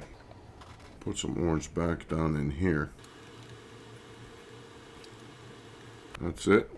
And then now I'm going to, if I take the water all the way down and use a brush just to put in that dark line, even though it's on water, it shouldn't move. Okay, we're going to go with, we'll go with that one. And we're going to put just a little line right in here. Okay, now if I use this brush, I take the water all the way down, then even though I'm putting it on a wet surface with no water in it, it shouldn't move at all. It should just stay a sharp line. There we go, that's fine. We'll just leave it like that. And that's it. And we'll leave that little highlight there. I'll dry everything else. And that is it. And I'm going to go back up in here and put a little bit more purples on this same layer and maybe some little bit of oranges. But I think I like that Potter's Pink up there. I'm going to go back to my Bloom Wet and we're going to make it a little bit bigger. We need water now. Okay, and then we're going to fast dry that, make it a little bit smaller, put in some permanent magenta. We could snap it up the color just a little bit. I'm only going to go here and there. I want to erase all my highlights that I put in before, but with a mask we can always put them back in. Okay, that's it. And then we're going to put in a little bit more oranges right in here, and then especially the Potter's Pink, and we'll leave the texture there. Okay, let's see what we have here. And we'll leave the branch the way it is now for now. We're going to go back up and change a few things. I'll probably copy that one quinacridone gold layer and then move it up into here just to kill some of the white a little bit, just so it's not pure white and it'll have some kind of very subtle texture to it. And that might be it for the sumac itself as far as texture goes. But then we have to bring our twig up through here, right up through here. And what we'll do is maybe make it, instead of having it out on top, I'm going to have it inside like this one is down here. So I'll only put it like right in here and then maybe bring it up out of here and then up, and that's it. But we'll keep on going. Okay, I think I ran into my first crisis, and that is the orange. Now, I kept those on separate layers, and I'm happy I did. If I would have put a bunch of work on those same layers and tried to undo back to the orange, I would have probably had to have undone a lot of work that I may have wanted to keep. So now that they're on separate layers, I am going to back up and turn them off. And they should be 15 and 16 right here, because I can see them in the thumbs. And turning them off, I think I like that better already. I'm going to make the sky a little bit darker around the bird, and that will indirectly give me the opportunity to make a nice crisp highlight on the top of the bird's head. And then the bird looks even a little bit cleaner if I put a little bit of oranges, but I think maybe even preferably quinacridone gold in there. I'll put it underneath the layers I already have. So let's go ahead and do that now. So what I will do is go back down underneath my sky washes. I'm going to put another layer on top of that. And then I am going to go with some blues. Let's see, we're going to go with the Bloom Wet. I'm going to make it bigger. And we're going to just take a little bit of color at a time. And I'm going to try a little bit of, we'll start off with the Cobalt Violet. And I'm going to turn off the diffuser. We're going to put a little wee bit down. If I take it over the bird, that's okay. I'm going to put a little bit of blue in that. And we'll let this bleed out a little bit, see what we get. And then definitely some down in here. This has to go darker anyway. We're going to let it diffuse. And we'll just let it carry out to the ends of the wet area. Being that it's on its own separate layer, it's not going to affect anything I already put down. And I'm going to take a little bit more over the bird itself. I'm going to change up brushes. We're going to go with the splash. And we're going to just do this right here. Let's see if that does anything. And then I'm also going to put maybe one or two more puddles right here. And let that carry out. And I could also put a little bit of, I think, I got to watch what happens while I'm getting new colors, but I'm going to put a little bit of permanent magenta in there also. I like this up in here. Let's change directions on that one. There we go. Let's leave it right there. Okay, now I'm going to run with that now. I got a little bit of blues and purples coming down on the bird. And then this is not looking too bad down here either. But I'm going to stay here with this, because I definitely like this better than the oranges. And we're going to run with this. Now let's keep on going. Moving on to the head. We're going to go way up on top. Add a new layer. And then I'm going to zoom in a little bit so we can see what we're doing. And then I'm going to start adding a little bit of color and let that work in. Take this size way down. We're going to go back to our Bloom Wet. Take it way down. Too much. And then I am going to start with a little bit of the raw umber. We're going to put it right in here. And I'll leave it like that. And we're going to put some red in this. Turn off the diffusion. Make it vivid red. Okay, and then we're going to put some grays back in here. We'll let all this bleed together. A little bit of orange. Okay, we'll let it blend. Okay, now I'm going to cut back the water and make them a little bit darker. I'm going to turn off the, first I'm going to dry the layer. Make sure it's completely dry, and then I'm going to turn off the diffusion. We're going to make these areas darker. Lots of red right in here. Okay. A little bit more orange. I'm going to take the value way down, but then I'm going to flood it a little bit. This will just give me some water and paint to blend. Okay, let's let that work. Okay, let's go ahead and put the eye in. I'm going to make it a separate layer. Okay. Real dark, no water. Okay. I'm going to take a little wee bit of dark brown around the edges. Sepia. Just a hint of an eye. And we're going to pull out one highlight. Make it a little bit smaller. All the way up. That's it. Okay, we'll leave that like that. We'll leave the eye there. We're going to do a little bit of the beak. Might make this area up on its cap a little bit darker. And we got to put some more color in the body. A few other things here and there. We're getting there. Okay, we're going to make the body a little bit darker. I'm going to zoom in a little bit so we can see what we're doing. I'm going to put down a wash of water and let them bleed out. Just in different ones. I'll turn off the diffuser. Put my water down. Go to the water tool. And I'm going to use the Kleenex on this one. It's so wet so I can see what I'm doing here. It's going to lay down water fairly light, as this is a really light brush. And then I'm going to take some colors back into it. And now we'll put them down. And then we will leave it run all at once. Start off with the, let's go with the permanent magenta. Down. And then a little bit of, let's see, the Prussian blue. Let that bleed. Now I'm going to take a little bit of sepia in it and let it blend in with it. We'll make some puddles here and there. There we go. I like this. Let's go back to the water tool. Diffuse some of these edges. Okay, I'm going to darken up this lower right corner of the bird here, but what I'm going to do, I think, is actually just find that layer and double it. There it is right there. I'm going to double this one, duplicate it, and that's it. And then I think the one right below it. Nope. We'll leave that just the way it is now. And I'm going to go back in. I'm going to do the bill. We'll put that on a new layer. And I'm going to do a little bit to the head. Make it a little bit darker. And we're going to do that with a smoother brush. Smaller. And we're going to start off with a little bit of, we can even zoom into the picture. Let's start off with a little bit of the Potter's Pink. I'm just going to rough it in a little bit. Let that blend out. And we're going to do that again down here. That's it.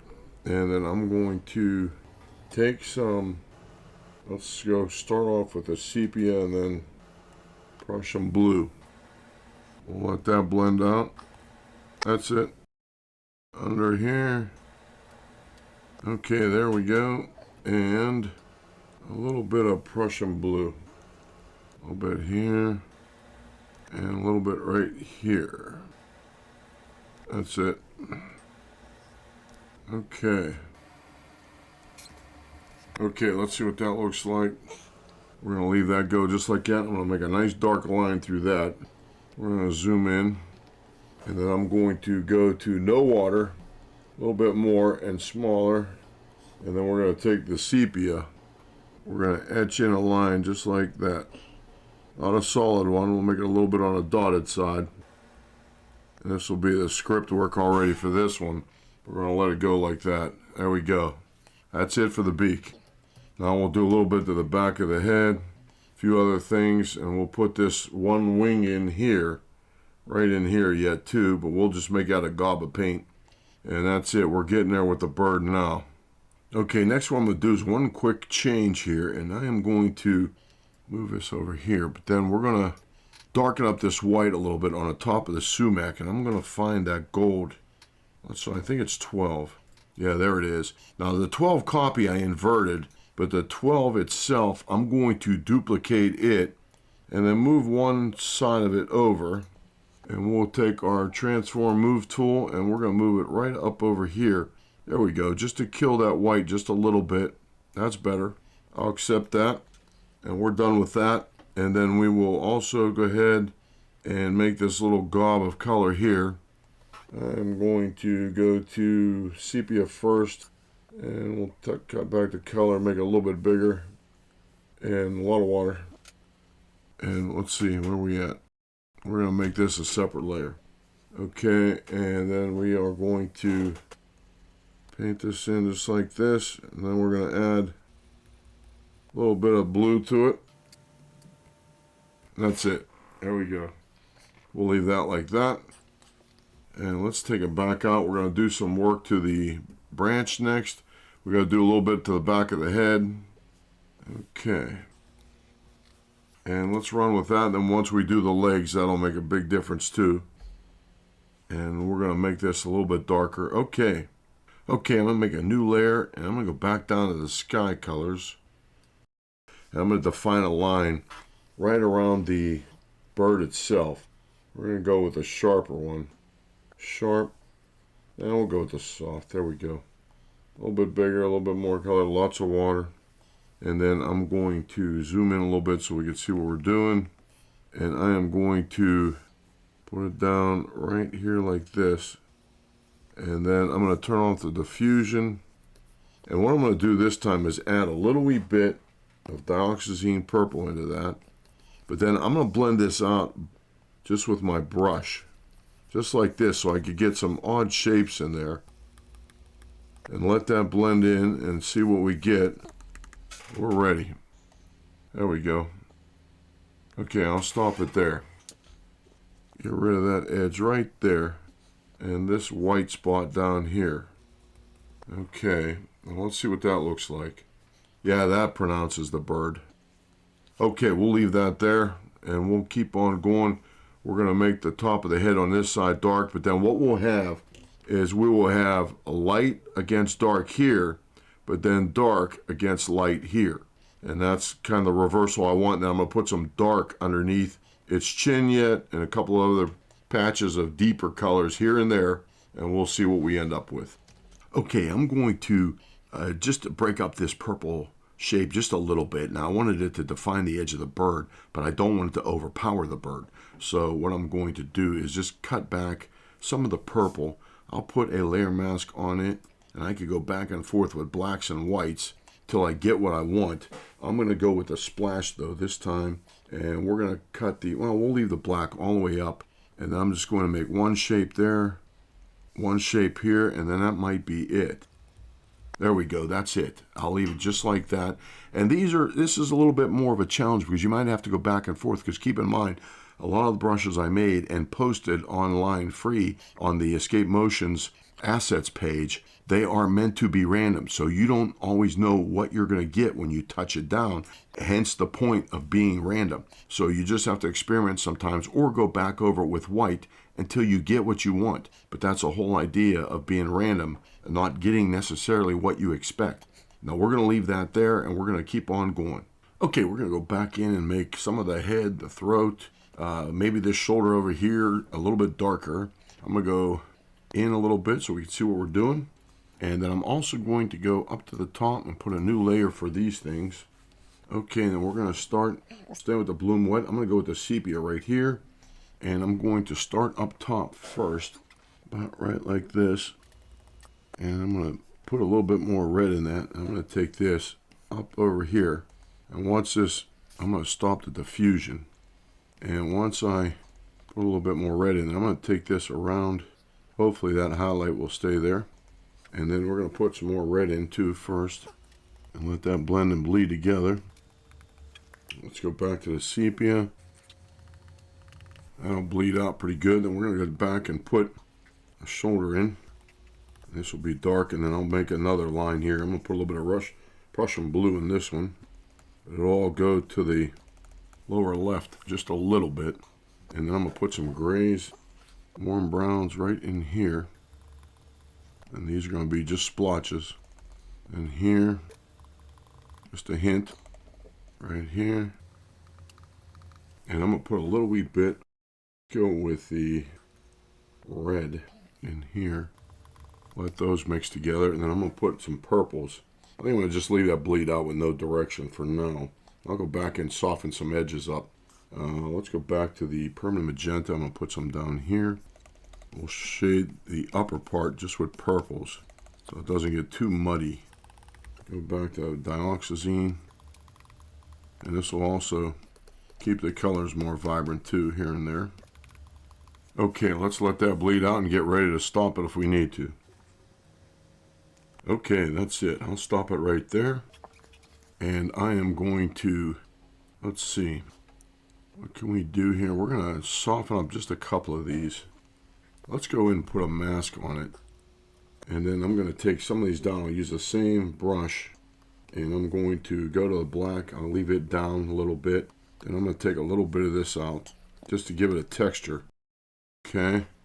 I'm going to take all of that out. Just like that. And then destroy this edge just a little bit. I kind of kept my highlight. Okay, that, and then we're going to get rid of this too because that'll make its beak look funny. And let's see, right in here, get rid of this edge. I just like some soft edges and not a hard edge the whole way around a shape, just like this right in here. When you have hard edges right in here, but then they blend off into nothing, it just gives you a transition place to go from one shape to another. Let's see what we got there. Yeah, that's not looking too bad. We'll stay with that for now, but we could clean it up with the mask, and we still got to add some more things to it. Okay, let's make the back of the head just a little bit darker too. And we're going to make another layer at the very top. And I am going to go back to the sepia. And let's see, let's also start with a little bit of red. And I'm going to pause the diffusion. Just a little bit here and there. And then we're going to go to orange, cat orange, a bit of quinacridone gold. I don't want to take it all the way to the edge. I'd like to have that hard edge there. And then we're going to go to quinacridone gold, a little bit more. Okay, and then a little bit of sepia right at the edge. Okay, we'll let that bleed and see what it looks like. Get ready. Okay, that's it. Leave it right there. And we're going to go down. Let's see what we have here so far. Yeah, that white edge is pretty strong. Maybe even a little bit too strong, but we'll see. Then I'll probably put the feet in next and then also make the main branch more orange. Let's do that next. Okay, let's zoom in so we can see what we're doing. We're going to let's do the branch first. I'm going to put some more oranges in it. We'll go way up to the top and add a new layer. And then I'm going to start with cadmium orange. And I need a lot of water. I'm going to turn off the diffusion. Not too much color. We'll add it in stages. Okay, right there. And we're going to turn off the diffusion. Let's put some orange in right in here. I'm not going to take it off the paper. And we'll let all this blend in. A little bit of texture here and there. Okay, then burnt sienna. Take that up into the purple. Work good. Once this all blends together, it kind of looks like crayons now. Once this all blends together, it's going to change. I want to mix it up a little bit too. Then I'm going to put some sepia in the most shadowed areas. Okay, sepia next. And even this is a little bit dark in here, but we don't have to go exactly, but we'll just keep the essence of it.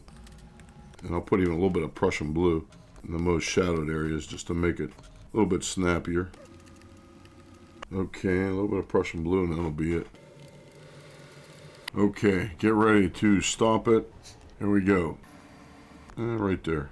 Now that's some really interesting colors in here. The blues and oranges and burnt siennas all mixed together. got a ton of texture there. And then if I want to soften up this edge just a little bit, have more of a transition, I can either do that with a blend or apply a mask. This time I'll just blend it a little bit. It has some sharp edges in some places where that white starts, but we'll blend a little wee bit. Just like that, just destroy that edge there. Maybe one or two more other edges. That's it. And this one right here, tone it down a little bit. And that's it. Okay, let's see what we got. Yeah, that's not bad. As long as it says Sumac to us, that's all we need to know. Okay, now let's go in. I'm going to carry this stem right here.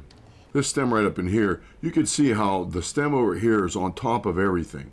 But I already made my sumac look so thick that instead of trying to make it on top of it, I'm going to make it look like it's going through the middle. So in other words, I'll put a little section right here, and then maybe up in here, I'll make it look like it's coming out go up a little bit, and then come out, and then up. And then that's the one that will be on top of everything. We'll just play on perspective a little bit, so to speak. Let's do that next. Okay, let's go up and do our stem. I'm going to zoom in a little bit. And again, we're going to draw a little bit in here, and then maybe up in here, and maybe right here. And then we'll have it come out and go up. First new layer, that is our orange. Okay, let's go back to our brush. We're going to use the Bloom Wet, and I'm going to start with the permanent magenta. We'll leave a little bit of water on, and then we're going to start right in here, just like that. I don't want a straight edge because I want to reinforce all that texture I try to make in the sumac. Now I'm going to take a little bit of dioxazine purple in that. We could even end up with a little bit on fast dry that.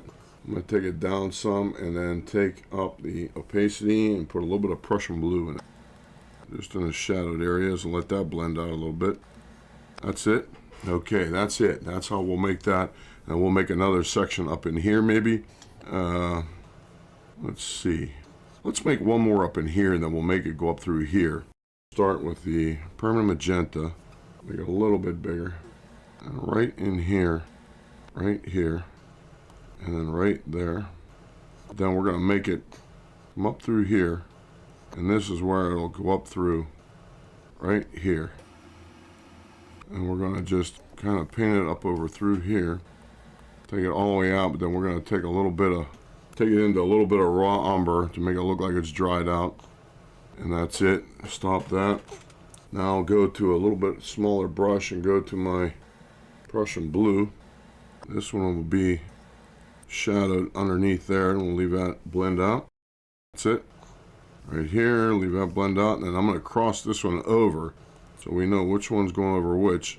That's it. Do that one fast. Okay. And just give a little hint of shadows on this side. That's it. Okay. And now this one down here. Give it a blend.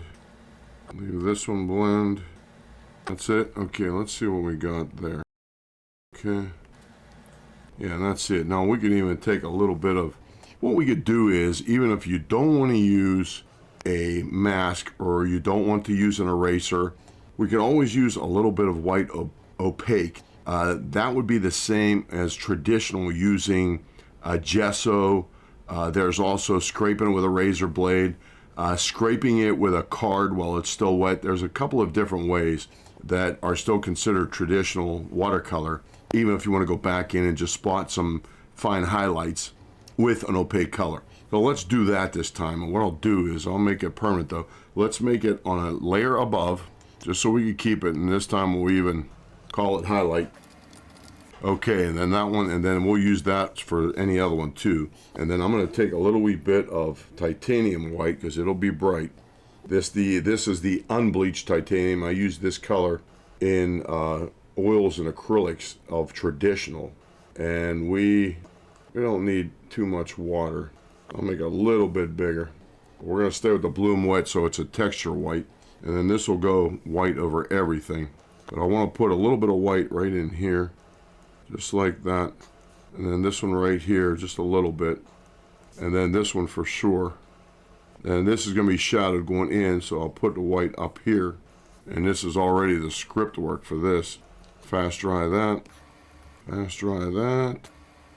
And fast dry that. There we go. Then we got a real strong highlight on this one. There we go. And since it's on its own layer, we could take some out if we want to, or let's take a little bit out just with the eraser right here. And that's how we would do that. Okay, let's see what we got. Yeah, that's looking interesting. And then keep in mind we could also put in some red berries here individually, just here and there, just some of these bigger ones over here. And then that way, just to add a little bit exact texture here and there. But we can put a little bit more orange in too. We're going to go back down to that layer. And that's it right there. Now we're going to put a little bit more orange in here, but then I'm also going to take some of this dark blue, the Prussian blue, over the edge when I start putting in the feet. We can put a little wee bit more orange in right now. We'll just leave it blend in. I still got the eraser on. Leave that blend out. There we go. That's it. Okay. Let's take a look back and see what we got. And there's a few things we got to do yet. The feet and a few other things. We're getting there. Okay, that worked out well. Let's add a few more branches. I'm going to go way up to that layer right there. That's it. And I'm going to add them to this same layer because they'll be separated so we can leave everything on the same layer. And I'm going to zoom in a little bit. And I seen this one pencil drawing right here. I'm going to add some to it.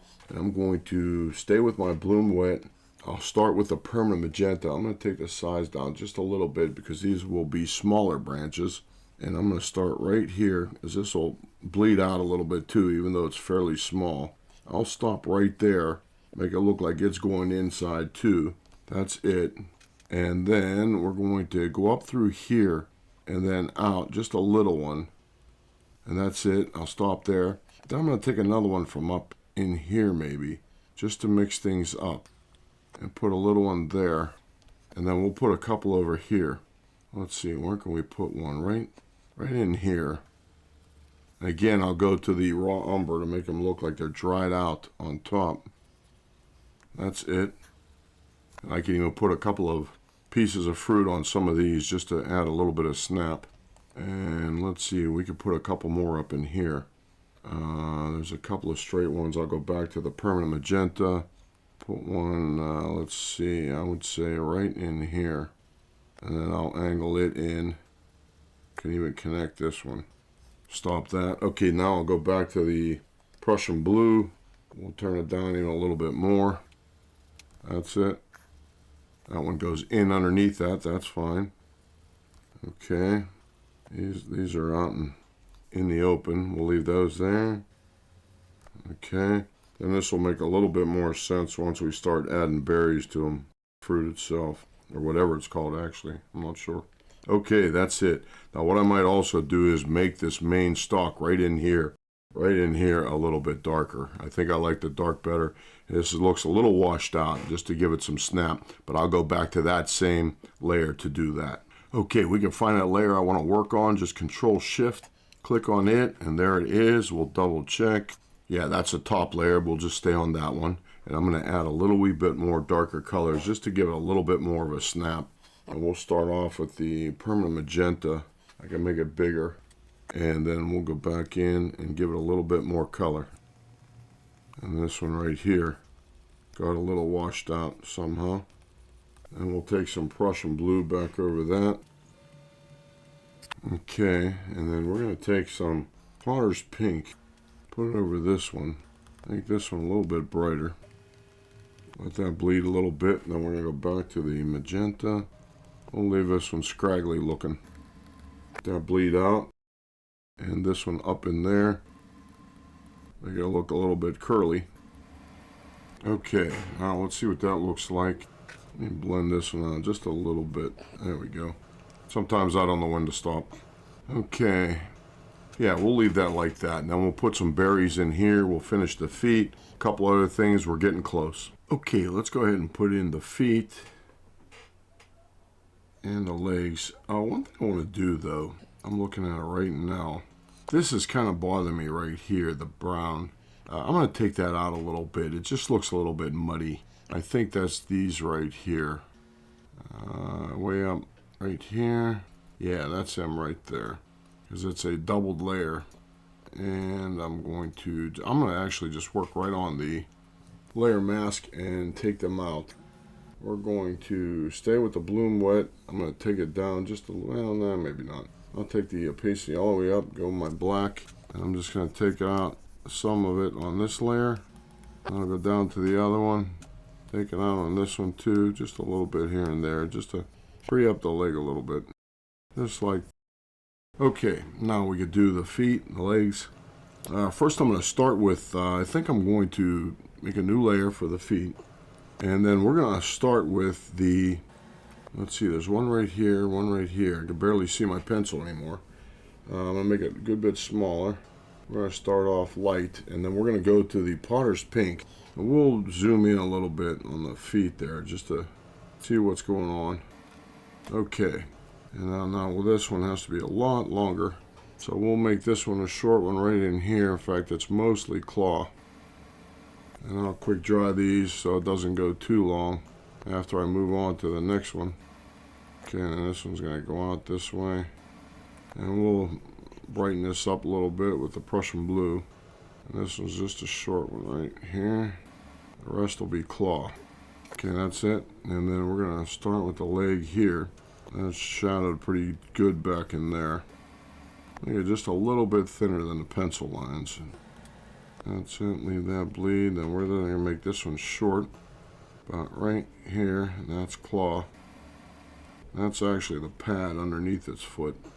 And we're going to cut this off right here, divide the two toes separately.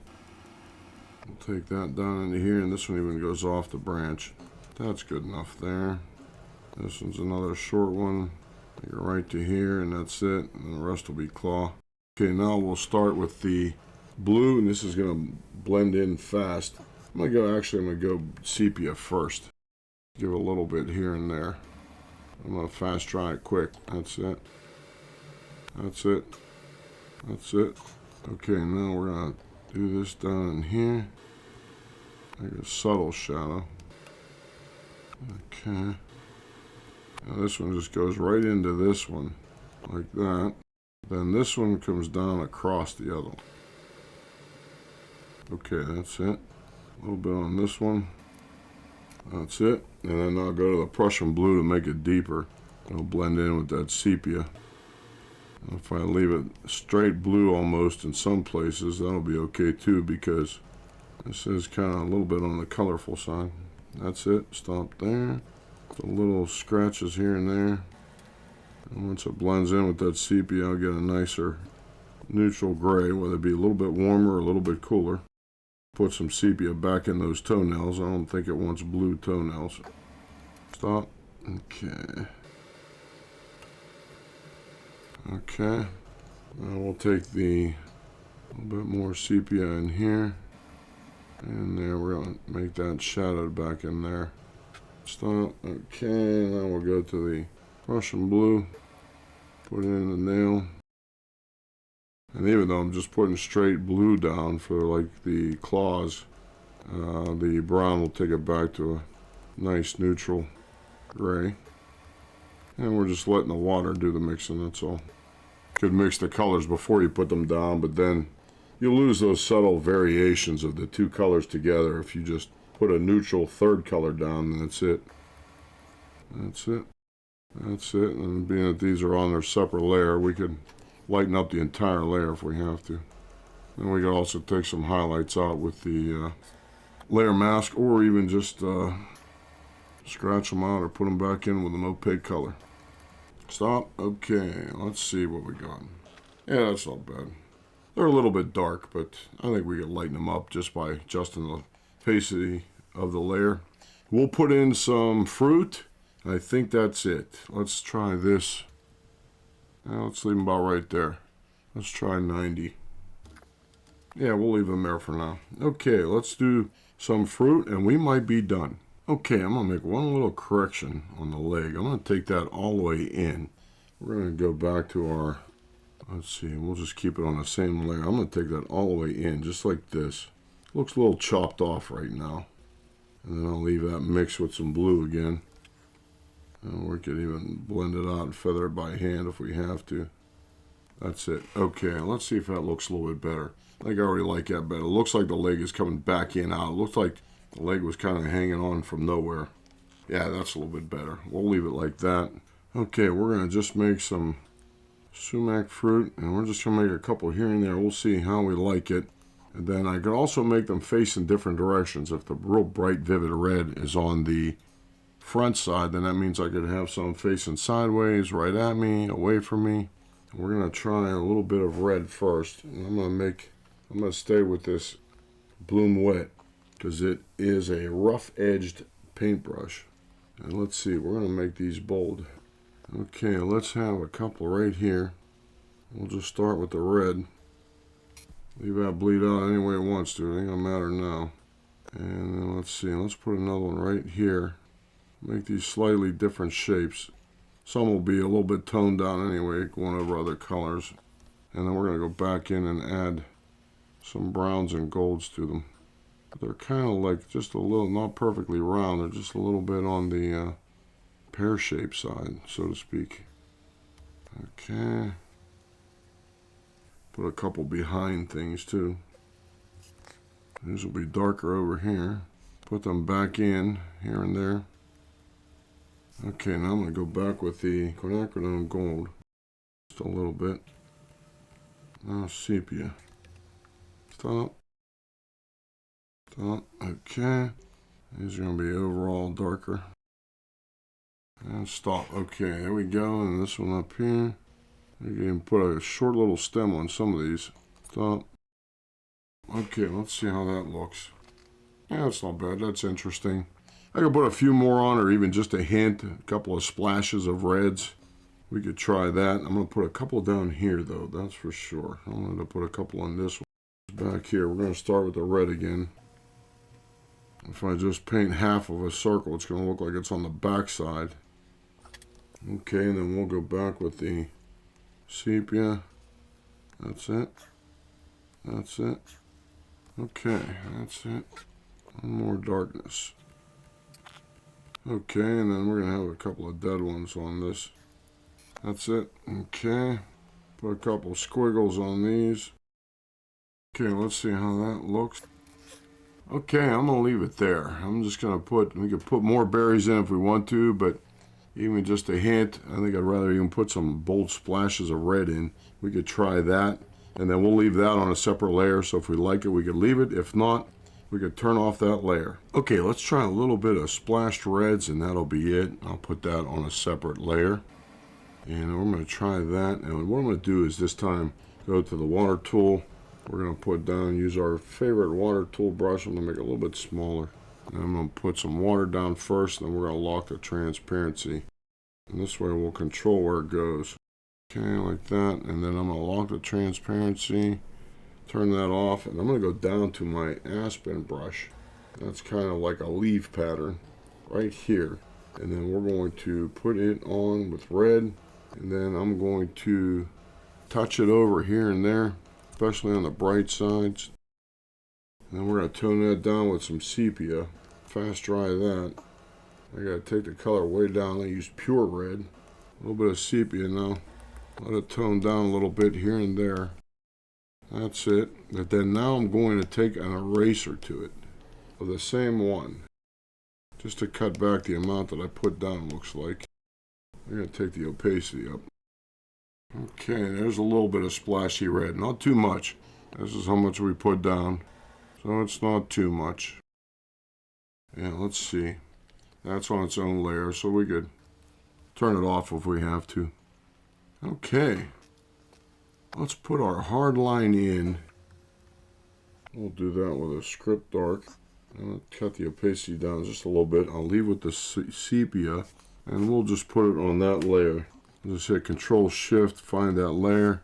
That's it right there. Yep, that's the one I want. I'll make sure I'm on the thumbnail and not the mask. And I'm just going to put in just a dark line right here. It has to stop by that branch. And then we'll just blend it out just a little bit. Okay, and that's it. We'll leave out like that. And I'm going to put a little bit more darker color. Nah, I'll leave it like that. I will take it down a little bit though, just a little bit. I'll go back to the mask, take the opacity down. I'll leave it on sepia. That'll be dark enough. Take up the size. I'm going to go to the Bloom Wet it'll dust it out, make it a little bit textured. I'll tone it down just a little bit. There we go. That's it. That's it.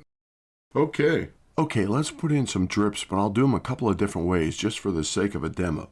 I'm going to put them in front and behind objects. This will give you an idea of how much importance you want to place on the drips themselves versus taking attention away from your subject. Now, you could always just put the drips over top of everything, but then they will be the first and foremost object that there is. Let me show you what I mean. I'm going to go down to 12 and I'm going to click on 11, and then I'm going to put a layer. There we go. I'll put a layer just called drips, and we're going to go back in and put some golds up. We got to make sure our drips are turned on. No, they're not. We got to turn them on, and I'll just leave these as 5s, and then I'm going to take the tilt and I'll take it down about right here. For this demo, we'll just leave everything straight down. And then now remember, when I put a big puddle of gold where I'm at right in here, then that's going to drain off. So even though it might look like a big gob of gold right now, it won't stay that way. Now this is going to be golds behind all the layers of the sumac. And we'll let it start dripping. Okay, there we go. Now what I'm going to do is hit the transparent lock and then hurry up, put in the raw umber, and then maybe even a little bit of red, and then turn the transparent lock off and let them run again. And this way what I did was I actually, and now I'll stop them. I don't want them to go the whole way to the edge and off the paper, because that could take your eye off the paper. Now, being that these are lighter colors, they are going over the blues. So that's fine in a way that if I want, though, I could even take some of those drips and erase them so they're behind these purple stems, and then that way that'll put them in space, so to speak, and have a 3-dimensional drip instead of just a flat 2-dimensional drip. So just say, for example, if I take this one out right here, I could go back to my eraser and I'll just use this round and then take it down some in size. And then if I take this one out right here, but leave it everywhere else, then what I did was I put those couple drips behind the stem. And this is something I could do. And then you could see there's multiple colors in there. And then now that they are on their own layer. Now see, here is this one is a good example that's over the tail. Now if I wanted this one from the sumac behind the tail, then just as an example, I will erase this right here, do it nice and clean. And again, this is just to give you an idea, and that's it. Now if I do that, now this is what this will do to your painting. It's going to actually put the drips in space, and depending on where it's dripping from, then that will create an illusion of what is in front of what. Now we could put a couple more sets of drips in. We could put some real strong reds here, and then we could tone each set down as we go. We could put some the cobalt violet and cobalt blue drips in the sky if you want, and then they could stop at the bird but then keep on coming down below the bird. They'll stop up here and then come back down. That is just to give you a rough idea. Now, of course, if you want your drips over everything, overlapping everything, that's fine. That is just to give you something to think about, whether you want them in space or not. Now, that would be what's called the picture box. Okay, now let's go back up and let's play with the... Now, if I want to tone them down and take them down in importance, I'll leave them right there at 40, but then you could see that it's still behind that, and I could change that at any time I want. Let's put in just some, even right here, these purples. Let's put those in, and again, they'll drain out. And all I have to do is hit Control-Shift, and I'll find that layer of purples right here, and there they are right there. Now, if I just want a few smaller drips there, that would be this one here. Yes, it is. Okay, so now keep in mind too that if you want to drip, then what you can do is just go to that and take a color of that exact drip, because those might be mixed colors now. If I started mixing these colors together and I want that mixed color as a drip, then I'll just use my color picker, grab that particular color, and use that as the drip color. So now that we did that, I'm going to cut back the size of the brush a little bit, and then the opacity, and then we will put some drips on this. And what we'll do is we'll put it on a layer above this one. Okay, and then now we are going to go ahead and put some color down and wait for this one to drip. Okay, I'll fast dry it there, but then you could see that this is a fairly light color, that it's not going to go over my branches very strong. So whether we had them in front or behind, in this particular case, it's not going to make much of a difference. But just to give you ideas of what you could do with drips, whether you want them to be a part of the composition or if you just want them to be a creative afterthought, that will be also up to you too. Now I could even take those down, obviously. Take them down to about maybe, let's see. Let's take them down to 50 also, and then they'll be very subtle. And that's it.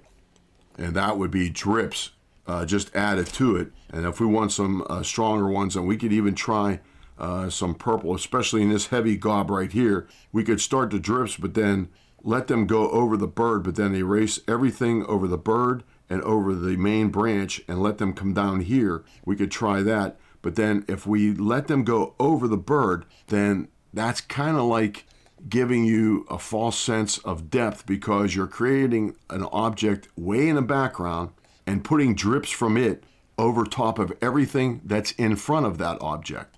So we'll try it and see what it does.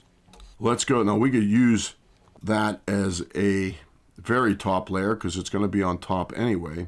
So I will just make a new layer there and we will put it right here. We won't even name that one. But then I'll just take some colors again, but I'll mix them again and put some cobalt violet and some cobalt blue, and we will make it a little bit bigger. We'll leave the opacity, well, we'll turn it up a little bit. And then what I'll do is I can actually even put it behind the bird and then erase around the bird, and you'll see what I mean. We're going to start with cobalt violet. We'll just put it right here. See what I'm doing? And then as soon as it starts dripping, I'm going to put the cobalt blue into it. And then we're going to hit transparent lock, grab the blue, put it in, and then hit it off again and let it go again. And now you'll get multiple colored drips, which is rather interesting. Now I'll turn that off. And then now what I'll do is duplicate this layer, and we'll turn one off, and then we'll erase the other one. So I'm going to take my eraser again and make it a little bit bigger. Erase all of this. Okay, and then there you have some drips from the colors in the sky. But what the difference will be is between this and that. So you can see how much emphasis the drips become much more dominant when they're from the sky colors, but they're overlapping the bird. But then if I turn this one off and this one on, then now that's the difference. So personally for me, I don't like the drips overpowering anything I have within the painting, especially the subject. It's okay to have it for me as a creative afterthought, but I don't want it to control itself to become the main subject or the main attention of the painting. Okay, now with that all said, I hope you have something in mind for your next painting, or if you got something out of this particular demo. I covered quite a bit again, and it takes me quite a long time to put these together. So please, if you have any feedback, go ahead and comment. Let me know. This one has been a total non-stop real-time demo. And I don't know if those are good or bad or indifferent, because it is a 2-hour demo again, although I have seen a lot of views in my previous lengthy demos. So even if you go back to it every now and then and even just take certain parts out of it, I try to label the chapters really well that you don't need to necessarily watch the whole thing to grab something quick out of it. So please hit that like button and please hit the subscribe. And like I always say, until I see you out in the field or back at the studio, thanks for watching.